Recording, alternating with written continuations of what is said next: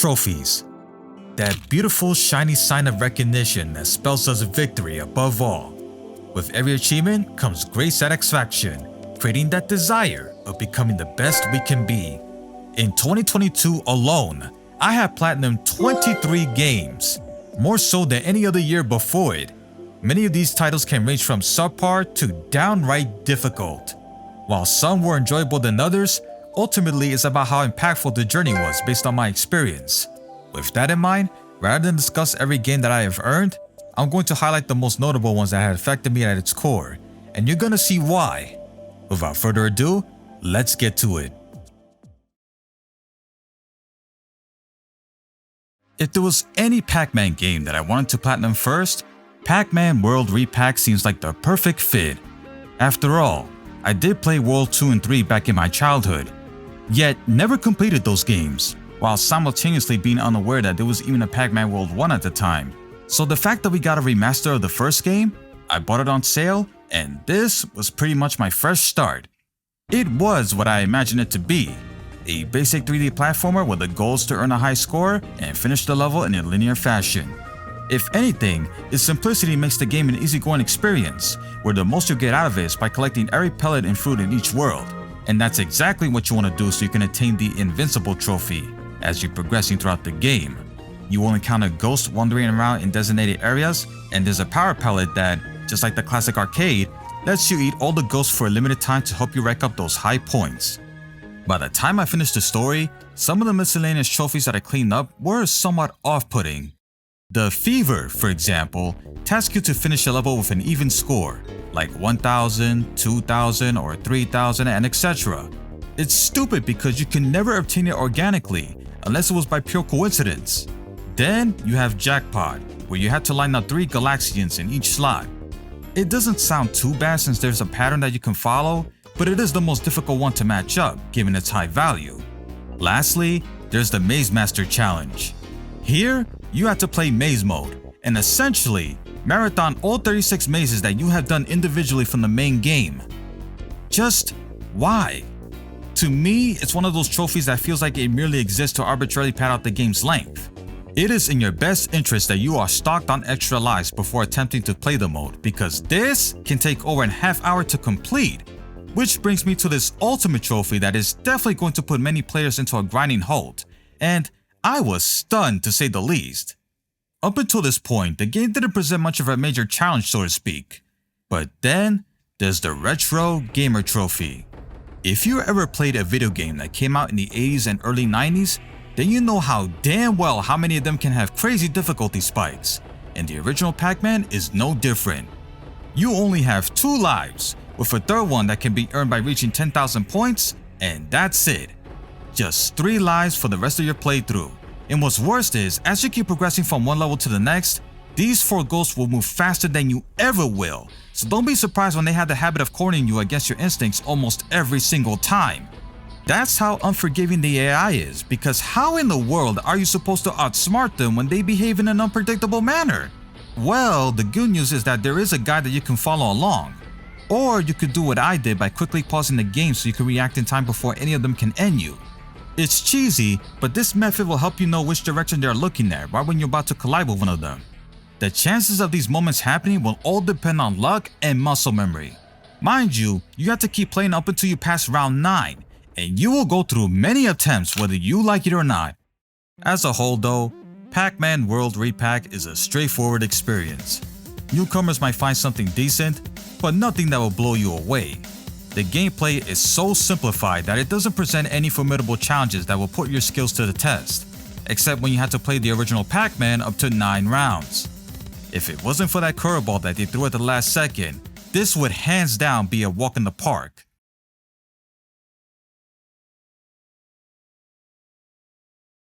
Team Sonic Racing was a fun, well-rounded racer, but compared to its predecessors, it feels like a downgrade due to the exclusion of characters and stages from other Sega franchises. Despite this, the gameplay is exactly what I expected, a solid Mario Kart clone with team-based mechanics into the mix. So on paper, getting the platinum should have been a steady journey, right? Well, not exactly. The game's emphasis on teamwork means that you're paired with 2 other racers in which their finishing positions contributes to your overall victory. To put it bluntly, winning the Grand Prix boils down to having good luck, and that in and of itself is frustrating. It's difficult in the sense that you have to be in first place in every course since, more often than not, your AI companions will fall in last place consistently, causing you to lose the whole race regardless. Then there are times where you're doing so good that one of your opponents will bypass you at the last second because they activated their special. That special is your star meter, which you earn after getting enough slingshots and rival takedowns. It's an awesome move that helps you blast your way faster to the top spot, but not so much when your enemy gets the upper hand by luck, does it? It's annoying, especially on the hard difficulty. Knowing this, when I was completing the adventure mode for those challenges, they all started to pile up. And then, I was greeted with the trophy, "A friend in speed is a friend indeed." For some unknown reason, Sumo Digital didn't bother to implement a friends leaderboard, meaning that if you want to race against their time trial, or in this case my dad, you will have to scroll through hundreds if not thousands of other players just to search for their profile, which is absolutely absurd. Of course, the best way to mitigate this problem is to match your time with theirs as closely as possible, but even then it was still a hassle because just look at it.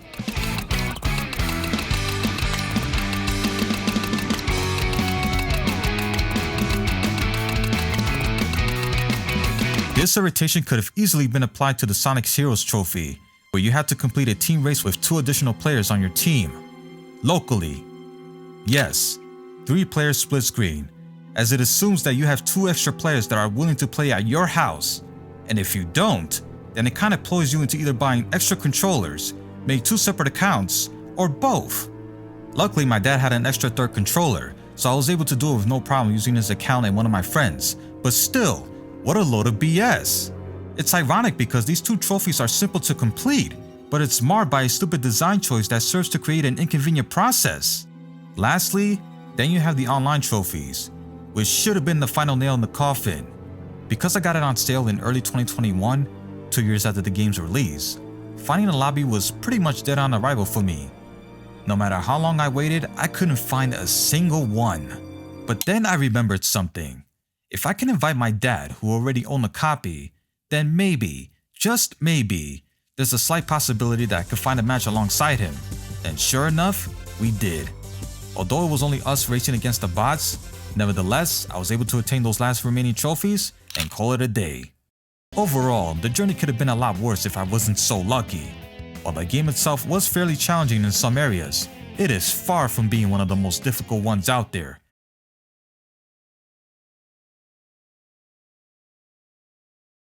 If you want a challenging puzzle platformer, then Super Monkey Ball Banana Mania should definitely be at your alley. As a kid, I never got to fully explore all the levels from the original, aside from unlocking the party games. So when I heard that we was getting a remaster of what is essentially the deluxe edition, this was my redemption arc. I was amazed of how visually vibrant and colorful the game is, adding new welcome inclusions that were not present in the original, like Sonic, Kazuma, and Beat, with the bananas being replaced with items that are tailored to their games, and that's just the presentation.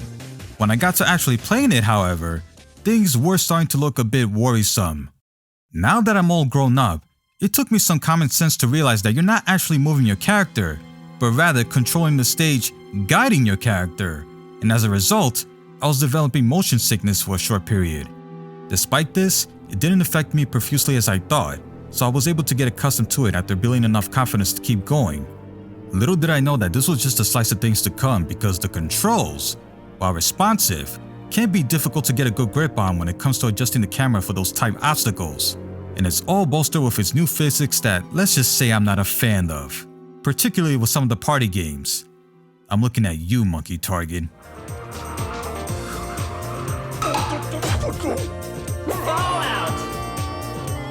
If you thought that wasn't enough, imagine having to tackle everything that the game has to offer with those things in mind, all thanks to this wonderful trophy.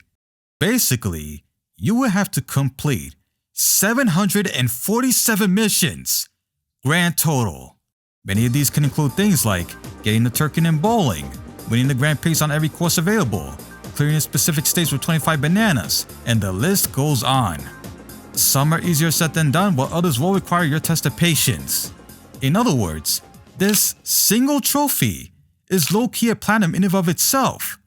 It was clearly obvious that I had to master the game's hardest stages through trial and error, because not only I had to marathon every single one of them from Super Monkey Ball 1 and 2, but do it without dying no more than 99 times. If that sounds like a daunting task, well, that's because it truly is.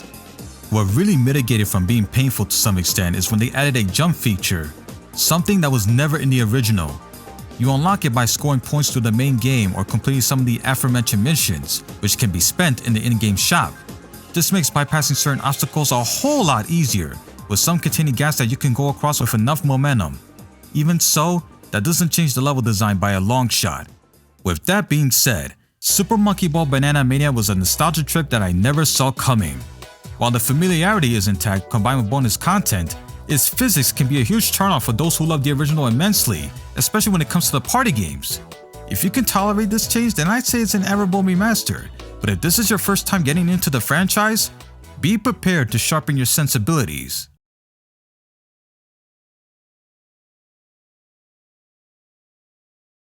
When I thought about completing a zombie game that isn't related to Call of Duty, Dead Rising became my top choice. I purchased it on sale for $5 and was quickly reminded how refreshing it truly is, especially considering that this was an Xbox 360 exclusive. This is a title where the goal is to survive for 72 hours, confined by a strict story-driven schedule in which each narrative event can occur at a very specific time. And therein lies the game's thematic element: time. Because of this structure, it was inevitable that I would have to go through a second or even a third playthrough just to tackle those few missing trophies that I have missed unknowingly, because if you die or fail to reach your main objective, you have to go back to your last save, assuming you created one. I could talk about how Otis, the security guard, will call you at the most inconvenient moments when you try to trigger a certain event to happen, only for the zombies to close in on you. You cannot, and I repeat, you cannot miss a single call from him whatsoever, because not only that, he's also responsible on why you're able to encounter other survivors and escort them to safety in the first place. There's 50 of them in total, and if you plan accordingly, you can kill 2 birds in one stone to save yourself from another playthrough. Truth to be told, this is where the real nightmare began. The AI is so incredibly dumb that I constantly find myself having to babysit them in every step of the way. They always seem to run towards the zombies whenever you're not looking, and it's irritating beyond belief. Also, let's not forget the slog that is Zombie Genocider, where you have to kill 53,594 zombies in one run. Since I racked up over 45,000 kills and was going for the canonical ending at the last second, I could not afford to miss the final objective. As a result, I spent the last 2 hours inside this tunnel mindlessly slaughtering every one of them back and forth. But of course, those 2 hours pales in comparison to what is considered by many one of the worst trophies and achievements in gaming history: the 7-Day Survivor. You had to survive for 14 real-life hours in Infinite Mode. Infinite Mode is a sandbox mode where Frank's health is slowly depleting over time. Resources are hard to come by, and to make matters worse, there's no save feature. So imagine this: you could be 10 hours in doing a smooth job, only to suddenly have your game crash out of nowhere. The tension was there. Do you really think I was gonna sit down for an entire day without using the same TV as my downtime for other means? No! Instead, I took a break for every 2 hours by putting the PS4 on rest mode. It was risky, but certainly saved me from potentially developing back problems. This really sucks, and it's amplified by how unbelievably boring it really is. All you do is waiting for time to pass while scavenging enough food from the survivors and psychopaths that spawn at random intervals. For the most part, you spend more time staying in isolated areas and then repeat the process on a different location once you're running out of food. Seriously, after a long, obnoxious period, this ironically made me feel brain dead than what they probably intended.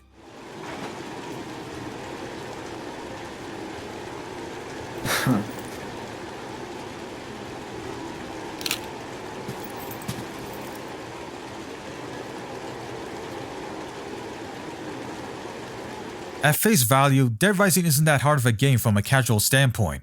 When the mall becomes your playground by giving you a bevy of objects and items to mess around with, it creates an entertaining experience unlike any zombie games out there. The real challenge is the time-consuming element that some of these trophies possesses, from learning how to endure the terrible AI to literally having you play for 14 hours straight without dying. When you consider the journey as a whole, this game, without a shadow of a doubt, we'll test your patience.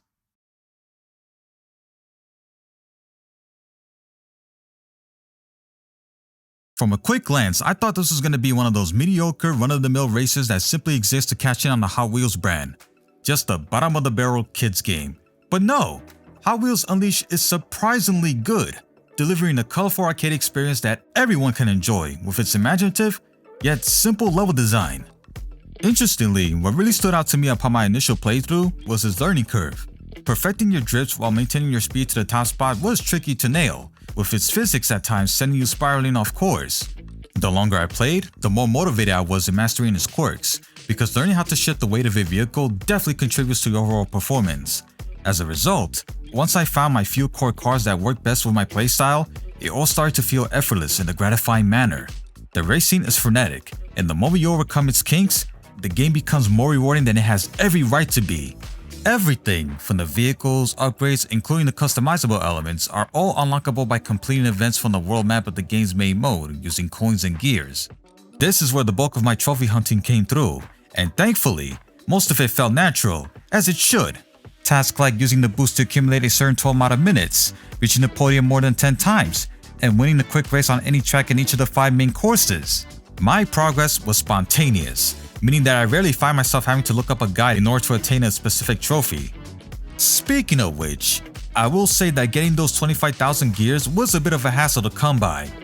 Even when I completed all the main events, including the DLC, that still wasn't enough. The other way of earning them is to sell some of your vehicles, preferably those legendary ones that you have obtained via these blind boxes. I dislike this setup because it does seem like this was originally intended to have microtransactions at one point. Nevertheless, I racked up enough coins to open as many as I needed, and one of them contained Snoopy from Peanuts. I'm not gonna lie, this was really cool, seeing this model faithfully recreated, though he does feel light and loose for my playstyle given the aforementioned physics. Regardless, if you want to earn more coins to potentially unlock more rare and legendary vehicles, that's where the multiplayer comes in. Although I was only facing against my brother for those trophies in the beginning, it is super fun, especially when you're in a full lobby. Finding the match was quick, and the racing can get hectic when you're butting heads against other players for the top spot. Best of all, there's so much creative custom tracks that you can play on that it's exciting to behold. One may have you in a simplified Mario Kart style racetrack, while the next can consist of crazy terrains with small hazards that can disorient you in short bursts. The possibilities are endless, so much so that I decided to make some for myself, which was the last thing that I needed to do to pop that trophy. All of this is to say that Hot Wheels Unleashed is one of the biggest standout racing games that I played in recent memory. It's easily accessible for casuals, yet has many robust elements and features that veterans can dig into.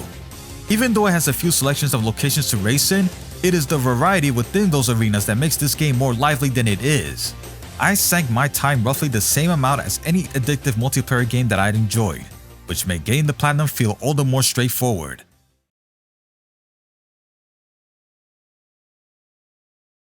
To think that I haven't played the original Pro Skater on the Nintendo 64 over 20 years ago is crazy, and this remaster was my reset button. Tony Hawk's Pro Skater 1 and 2 is a game that really felt like it was my first time getting into the franchise. Upon loading it up, I immediately decided to brush on the tutorial to navigate my skill set. This being a byproduct of the late 90s and early 2000s, the controls did feel cumbersome getting used to, as it was easy for me to make awkward landings and collide on railings that were unintended. Once I did get the hang of it, the flow consistently felt like a work in progress for me, which really translated how grindy the experience was. For example, when I was collecting the alien plushies in each level, some of them are spotted in tight spaces where it's easy to miss one because you unintentionally overshoot your landing. Or how about trying to keep up with your manual at a continuous rate, only to end your combo prematurely because of the sensitivity? It was quite the learning curve that really took plenty of effort into my hands, especially when it came time to do the hard Get There challenges for the Got There trophy. Get Theres are a specific combination of gaps in each stage that you had to perform in one combo. This can be incredibly difficult since it requires you to perform tricky landings while simultaneously keeping your balance maintained. The amount of attempts that I had to go through on some of the levels was fascinating to say the least.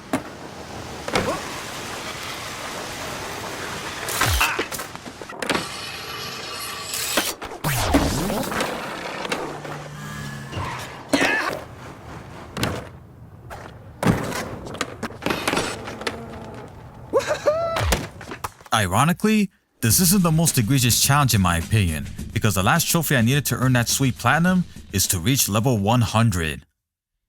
By the time I was going for it, I had already reached level 75 and completed most of the main challenges. To say that this was a tedious grind is an understatement. It was an unbearable waste of time. The most efficient way of earning high XP is to repeatedly grind on nearby rails and perform special grabs to score 1 million points per session. In doing so, I had to activate the game's cheat so my combos won't bail out. Needless to say, this took me over 20 minutes each, just to rank up from one level to the next. If I were to do this normally, it would take me weeks. But being the stubborn gamer I was, I pressed on like a champ, and before I knew it... Yes! Finally! Yes! Finally! Man, was that grind insufferable. Holy shit. Finally. Whew. Make no mistake, Tony Hawk's Pro Skater 1 and 2 is one heck of a grind. If you want to have fun performing awesome combos, then you're gonna have to sink a lot of time learning the game's flow. Tony Hawk fans will no doubt feel right at home, and I'm glad this game feels like a welcome return to form. Still though, it will take a lot of practice for you to recently become Tony Hawk's Pro Skater.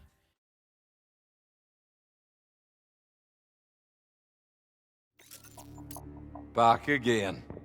I'm assuming you're not here for my pretty face. Call of Duty Modern Warfare Remaster is a remaster of 2007's Call of Duty 4 Modern Warfare, a game that changed the online multiplayer landscape as we know it. If you're a veteran of this series, you may not have much trouble completing a single-player campaign on its hardest difficulty. That being said, that doesn't mean it can't be tough at times, and in my humble opinion, no mission in COD history has exemplified the definition of pain than Mile High Club. Yay! Back in 2010, I completed this on the Xbox 360 when I was 15 years old, and having to do it again 12 years later with a new coat of paint quickly turned sour just like it did then. With barely any room for cover, enemy placements that can instantly kill you before you can even react, and a time limit that forces you to rush your way out, this short level literally took me over an hour to finish.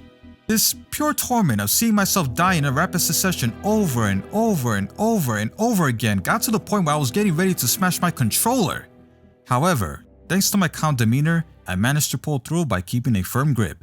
In short, Mile High Club can single-handedly make getting the platinum feel like a crazy ride. It's a shame because it makes every other mission leading up to it look like a joke in comparison. If 90% of the game was built with that structure in mind, this would easily be one of my top 5 punishing first-person shooters of all time.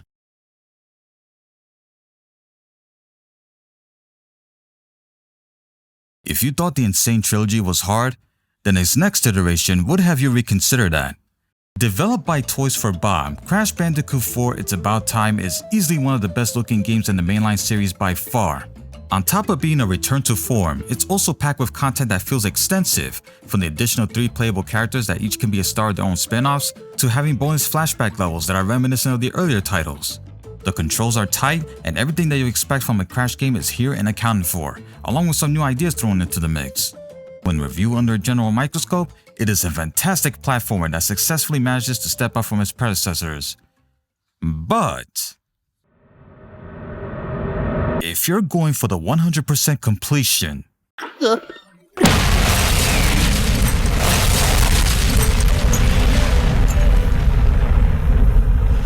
holy shit. When I heard that there was an article that claimed Crash Bandicoot is the Dark Souls of platformers, I thought they were over-exaggerating. But after playing this game, the truth is revealed. Even from a casual experience, Crash 4 is not a forgiving journey. It is a test of trial and error, introducing new obstacles that ramps up the intensity of its level design. Whether you like it or not, many of them will have your platforming skills be called into question, thanks in large part to these 4 quantum masks. They basically spice up the challenge on how you react to certain gaps, objects, and hazards that you go through. Tight jumps, precise platforming, split-second decisions that can make or break you, it's all here, but amplified. Take the Ika Ika for example, which handles anti-gravity. Imagine having to flip back and forth on moving surfaces to judge the depth perception of your jumps, while dealing with the possibility of feeling disoriented. Sounds a bit overwhelming, right?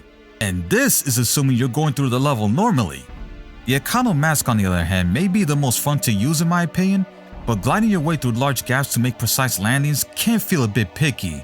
And if you want to bypass enemies and other hazards, you gotta take the physics into account when you collide with them, because you can easily bounce up to your demise if you're not careful. Which brings me to my first taste of the game's rampant difficulty. After finishing the story, I decided to get all the hidden color gems first, since that unlocks some unique level paths that you need to go through. But this one in particular, the blue gem, sticks out like a sore thumb, as evidenced by its rarity. You have to finish this level without breaking any boxes. At certain points, the Econo Mask will appear in order for you to leap across some big gaps, and there are boxes that are in the way, so if you accidentally destroy one or die along the way, you have to restart the level all over again. At least here, if you make it far enough to go into the bonus room and exit out, this will activate a checkpoint for the remainder of the level, but still, if this was the tip of the iceberg, then the whole without dying aspect foreshadows what's worse to come. And so it did. After that nonsense, I went back to do every single level and get all the clear gems. There's 6 of them for each level. 3 of them you get from getting 80% of the Wumper food, the other from breaking all the boxes, the 5th from dying no more than 3 times, and the last for finding a hidden gem. It's called the King of Bling. Rather than tackling this by itself, I decided to combine it with the Perfectionist Trophy. It's self-explanatory, as you might have guessed. So, not only did I have to play every level without dying once, but also had to break every single box that is available within those levels. And to be honest with you, I had to consult on a walkthrough because many of these boxes are hidden in the most devious places where it's so easily missable. Like, how in the world would I know that these 4 boxes are here in the beginning of this level when they're not even visible on screen? Just what? If that wasn't bad enough, to make matters worse, every time you had to restart, whether it be because you died or missed a crate after finishing a level, you have to go through these long, atrocious load times. I was playing this on a PS4 Pro, and I cannot begin to tell you how infuriating they are for just adding more salt to the wound. In other words, the Perfectionist Trophy is going to seriously test your patience on a scale you never experienced before the more you tend to mess up. In the midst of working on that for the easier levels, I also went ahead and knocked out the inverted levels, which is essentially the same thing as the normal ones. Theoretically, they shouldn't be that difficult if you got used to playing the regular levels. However, since they're flipped, you have to approach them a bit differently than before, which also means all the hidden gems are not placed in new locations as well. On top of that, because they added these filters, some of the levels modified the gameplay to where it changes up the action, like having a bit sped up, or being submerged with its underwater physics, for instance. The good news here is that if you fail to attain a perfect relic in one of the regular levels, you can always try to get it in the inverted to see if it's somewhat easier for you.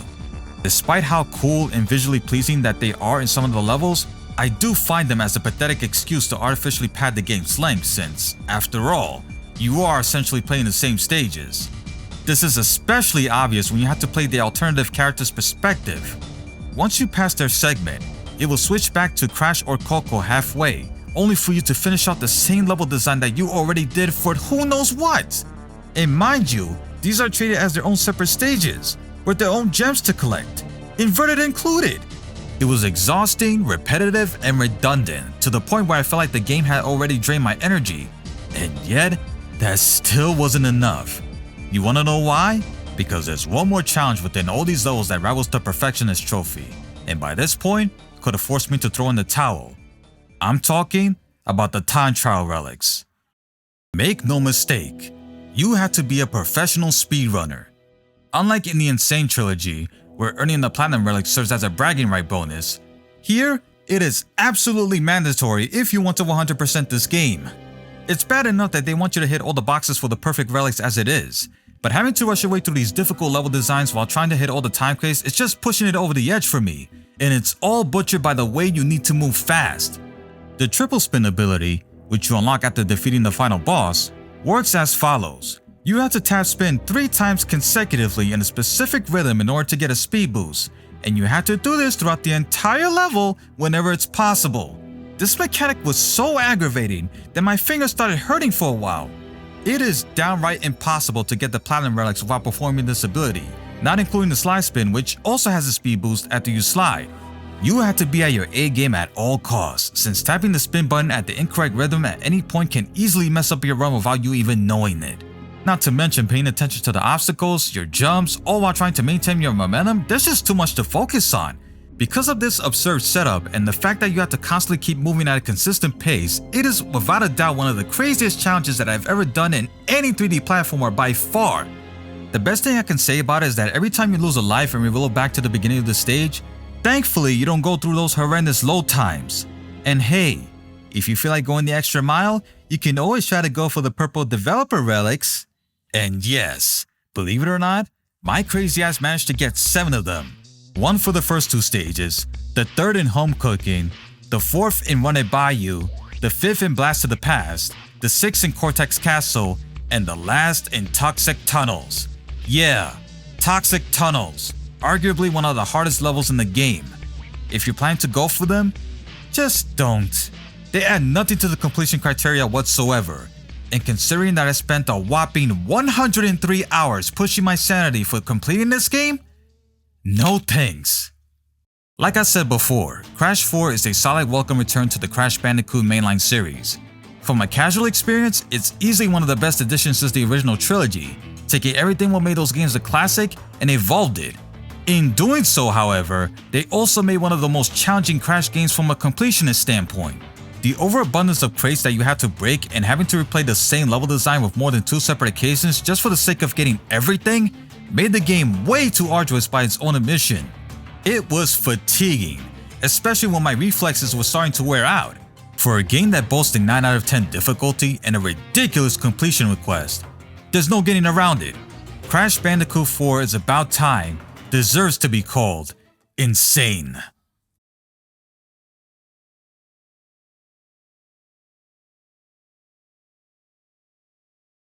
Let me just go ahead and say that Catherine is one of the most unique games that I played in recent memory.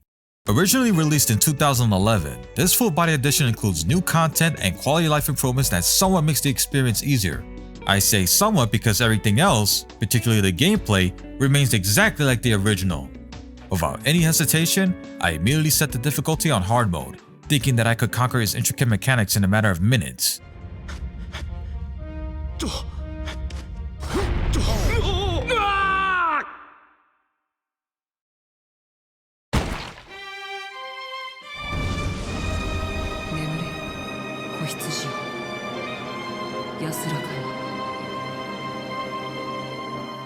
Man, was I wrong, because this game over screen was set the tone of what it really is. A puzzle game where the objective is to ascend towards the exit by manipulating individual blocks to create stairways and bridges, all while carefully avoiding traps and hazards. In other words, it's a total nightmare.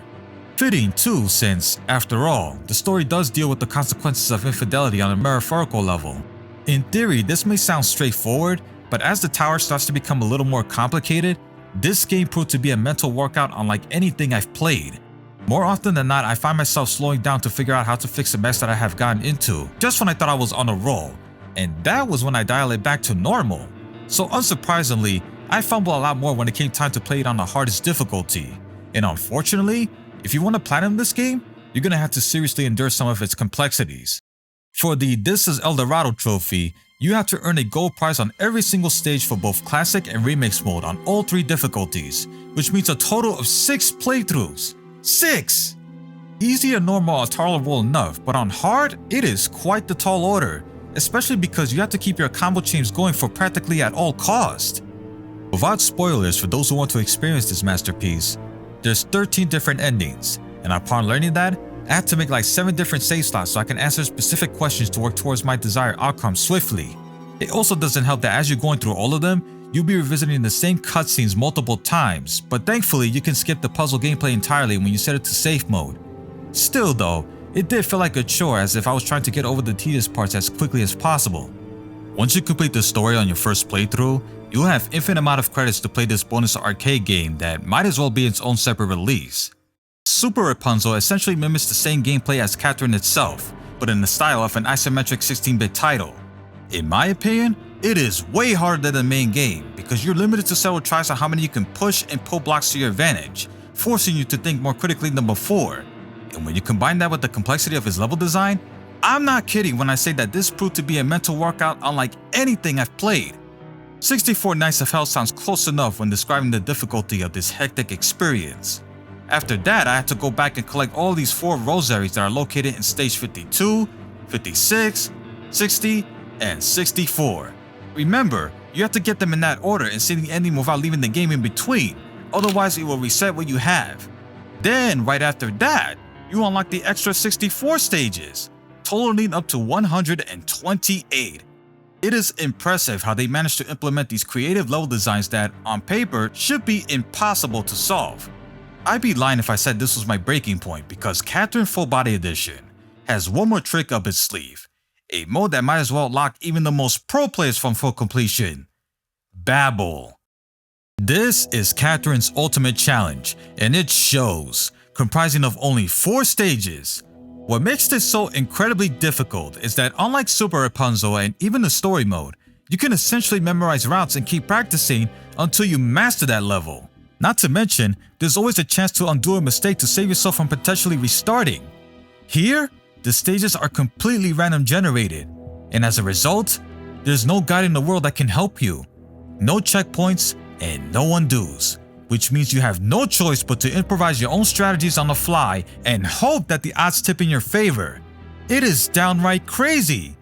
So much so that I ended up using 2 controllers because, as it turns out, this helps reduce the amount of floors you have to climb. But even then it wasn't easy, since that also meant that I had to switch back and forth while carefully maneuvering around each other. You barely have enough time to think, so you better move quickly or else the floor below you will catch up. If either one of you is far left behind or accidentally slip up, it's game over regardless. The only way you're gonna conquer these stages is to learn every technique that the game has to offer by visualizing patterns that work towards your advantage, assuming of course you don't make any miscalculations. These 3 energy drinks that you have are perhaps your only saving grace, and you must use them wisely, and I mean very wisely. They help you jump 2 blocks, and it's best to use them when you find yourself trapped as you're reaching towards the end. The final stage, Access Monday, is the epitome of extreme, going as far as to be touted as the god of all stages. This took me days and a sheer amount of luck to get through, but let me tell you, once I finally managed to beat it, I felt like the king of the world. We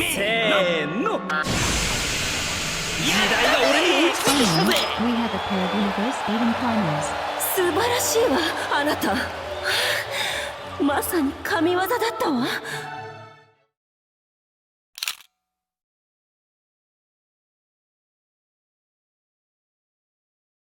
ねえってば。ちょっと聞いてんの？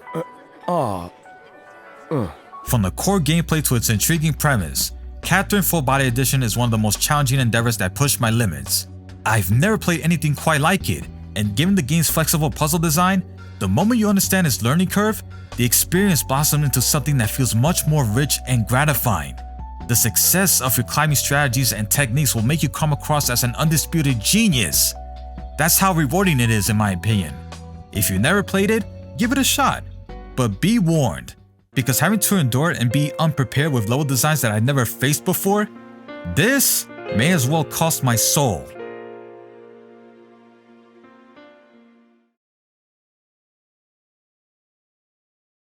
Honorable mentions: the Crash Bandicoot Insane Trilogy, 3 classic PS1 titles wrapped into one remaster package.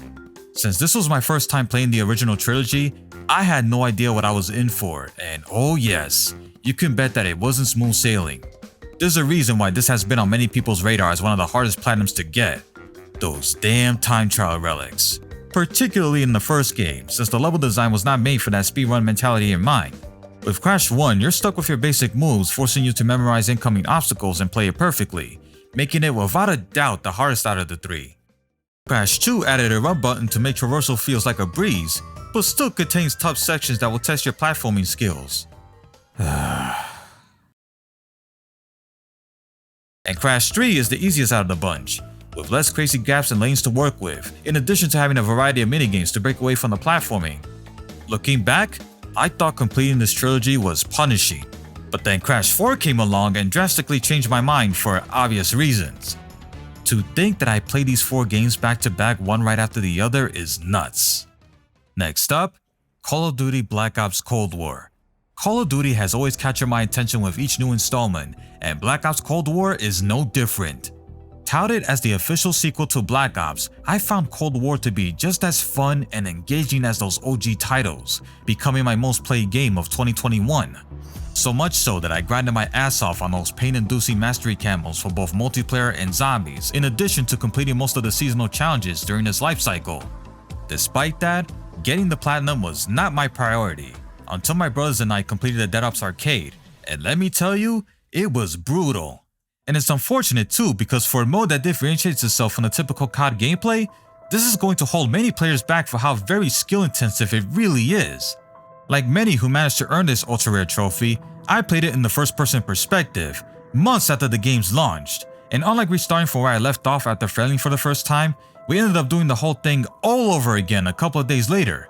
I remember, we started around 11:30 PM and finished at 3 in the morning. That's roughly 4 hours, and fighting the final boss was a huge hassle in and of itself. In all honesty, I have to thank my brothers for carrying me through, especially him, despite all of us giving our best shot, and we certainly did. At that point, we were starting to lose all our lives, and one or two of us had to keep moving carefully so the other could be revived just in time. It was a constant back and forth, and somehow, we pulled through like champs. From there, once I realized I attained one of the hardest trophies in the game, all I needed to do was complete some of the miscellaneous trophies from the campaign and multiplayer, and that was much easier said than done. And lastly, LEGO Harry Potter Years 1 through 4. Weird, right? Because this game by no means requires some strenuous fortitude to complete it. So why is it on here? Well, when I was in the middle of finishing a side quest, I couldn't back out. So as a result, I restarted my application, and once I tried to load up my game, this happened. Basically, my save got corrupted. As it turns out, I wasn't the only one experiencing this issue, and there's no way to recover what you lost. As you might have guessed, I had to redo some of the missions and side quests just to get to that exact point from where I left off, and that totally threw me off guard. The moment I got there, I made sure to create every new backup save just in case if it was going to happen again. Since this never got patched whatsoever, I cannot imagine how many people got far into the game only to then having to restart the whole thing all over again due to a random error. Aside from that, the game itself is a cakewalk and relatively kid-friendly. Out of all the LEGO games, the reason why I decided to go for Harry Potter specifically is because I never played a new game in the franchise since Chamber of Secrets for the Nintendo GameCube, way back in the early 2000s. When you realized how old you are based on your trip down memory lane, time really does fly.